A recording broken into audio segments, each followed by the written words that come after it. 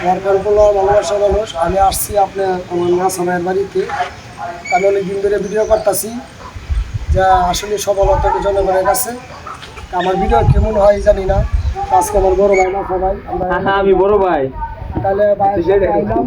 আমার ভাইয়ের কাছে কিছু শুনেন, ভাই কি বলে।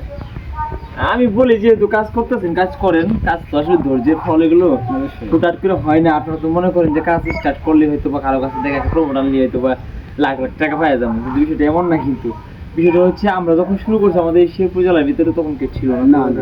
আমরা ওইভাবে আসলে প্রায় 300-400 ভিডিও করার পরে কিন্তু আপনার একটা ভিডিও ভাইরাল হয়েছে।